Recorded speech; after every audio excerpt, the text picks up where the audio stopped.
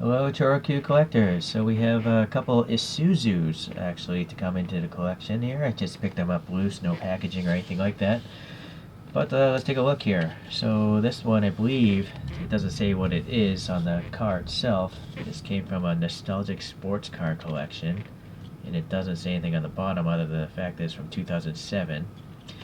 But just looking at it makes me believe this is a Isuzu Bellett 1600 GTR or GT, I forget. I can't read what that says, but it has these two yellow fog lights, and so that's what this image is here. Alright, so obviously it's deformed, you know, it's foreshortened quite a bit, and I gotta say it actually is pretty realistic, accurate to this photo. It's got the stamped steel wheels and stuff like that. Let's take a closer look actually. So it's got dark green plastic here. And it's nice that they printed on this black racing stripe. But no paint here on the door handles. That should be chrome. And then what is this thing? That's some sort of air vent on the real one.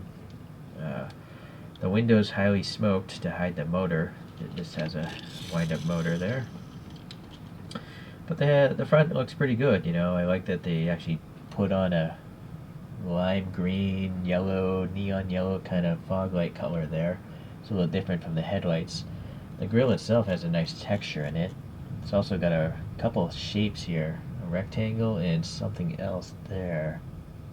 I think that says GT. Yeah, that's actually GT, it's just not painted silver. The bumpers are painted silver though, and then the hood is painted black, and it's got a lot of nice textures in there as well. Little logo bump. I like the printed on wiper blades. Yeah, at the back, not too much going on there. I guess this side has the fuel filler. That's a little different. Okay, so there's that one.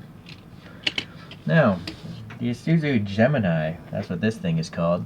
I know nothing about this car. I don't recall ever seeing this thing ever in real life. Here's a picture of a couple variations, but this yellow one is the TT 4-door sedan, I guess, and so that's what I think you know, ChoroQ was going for. Alright, yeah, not bad. So since I don't think I'll ever get a true 64 scale of an Isuzu Gemini, I thought I'd talk about this car. The Isuzu Gemini first came out in 1974, and let's see, this is the second generation, so it was available between 1985 and 1990. And this thing was actually styled by a famous Italian designer, Giorgetto Giugiaro. You know, he's acclaimed for designing some of the greatest Italian sports cars of all time. And he had a falling out because Isuzu or General Motors didn't ask Giugiaro to make some design changes. They just said, hey, make these detail changes, and Giugiaro got angry. He was offended. You know, it's kind of like telling a chef, you know, can you add some salt? Right? So Giugiaro actually denied that he even designed this car until after a decade it went out of production. So that's an interesting political story. The real car was, you know, economy car powered by a 1.3 to a 1.6 liter 4-cylinder, and then it was sold in many different markets under different names. In the States it was called an Isuzu iMark, although I don't recall ever seeing it. Also, Isuzu Gemini is what we're talking about here in Japan, so that's why I'm calling it the Gemini. It was also later on known as a Chevrolet Spectrum, or a Geo Spectrum, or a Pontiac Sunburst, or a Holden Gemini, or a Chevrolet Gemini, depending on whatever country this thing was made or sold in.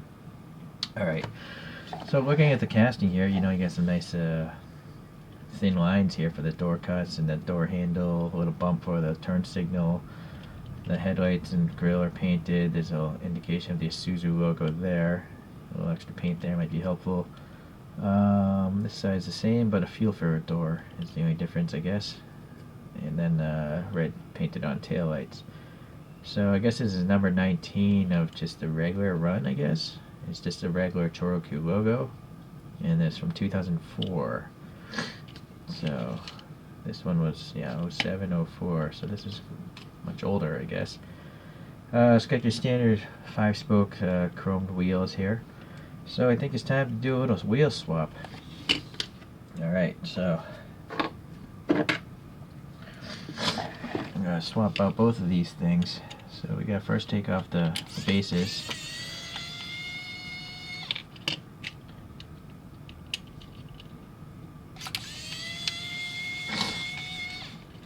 I gotta get a better camera view here, it's too close. So the tab holding these things are back, so you just gotta like, well, that one's very easy. Sometimes the tab is too tight, and you actually have to trim it a little bit. I don't know why that screw didn't come out. Alright, so these are easy. So the motor has a tab here holding the front end down, so we just pull that and then pull the motor up, and that releases the front axle as well. Same here. Okay. So I usually just put these in a little plastic baggie and mark them.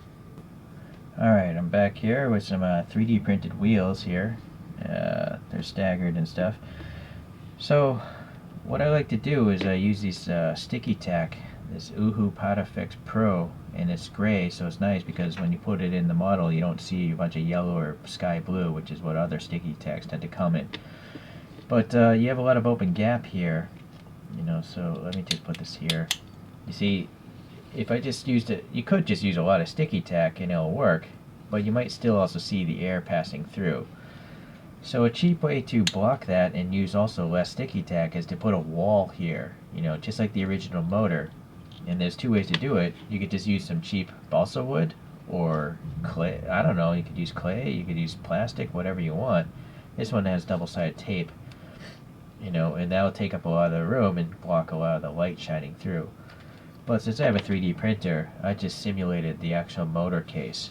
You know, it's just resin and a spray painted it black. So that just pops in there. So I actually have the axle holes in case you want to use, you know, different wheel sets from different companies. And I also made that slot taller so you can adjust the ride height. Same with the front. Alright, so now that we have that, I need to get a hand screwdriver because this is soft plastic. I don't want to strip out the hole. So back out till I find it. Oh boy. Got some allergies here, sorry. Alright, see, so a lot of that air is being blocked now. Alright, so yeah, I just have a bunch of this sticky tack. Actually, maybe that's too much. Cut that in half. What's great about this sticky tack is it doesn't leave a mark. It doesn't leave stains or residue. And it never hardens either, so you can use it forever, really. Alright, so there you go. Twist it so the brake caliper is in the proper location. Let's do the front. I'm going to put it at an angle like it's steering a little bit.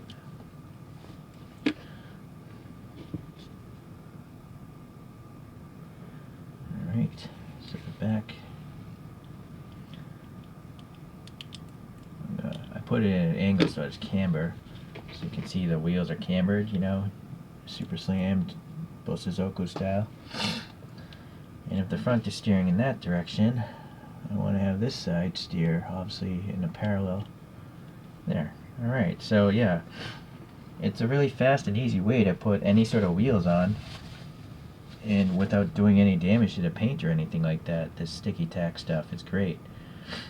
And then, you know, because there's a putty, you can adjust everything really quite easily because it's flexible, right? Okay, so let me pull out this spin machine and we'll compare it to a couple other things.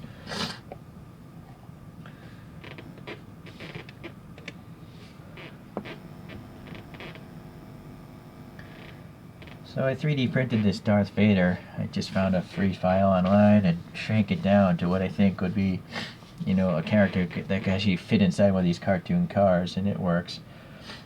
Alright, so let's compare here.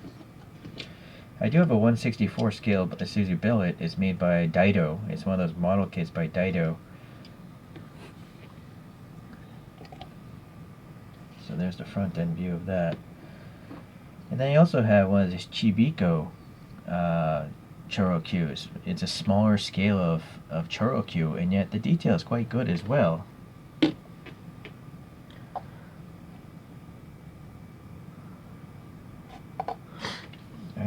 And I did a wheel swap on that. There's a video of that one earlier in my history. Okay, let's go to the top view here, at least on those bellets, right? So you can see, yeah, the size variation.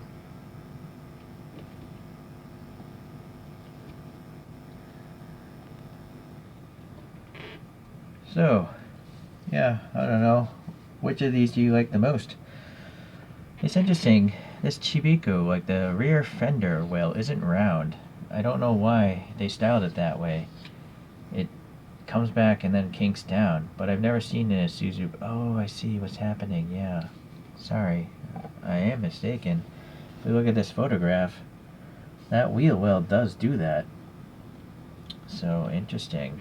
But on the larger scale green one, it's just a round wheel well. So, okay, alright. Well, things you learn by collecting cartoon cars. Who would have guessed? Okay, guys. Well, I appreciate you tuning in, and I will catch you the next time I do some reviews. Bye.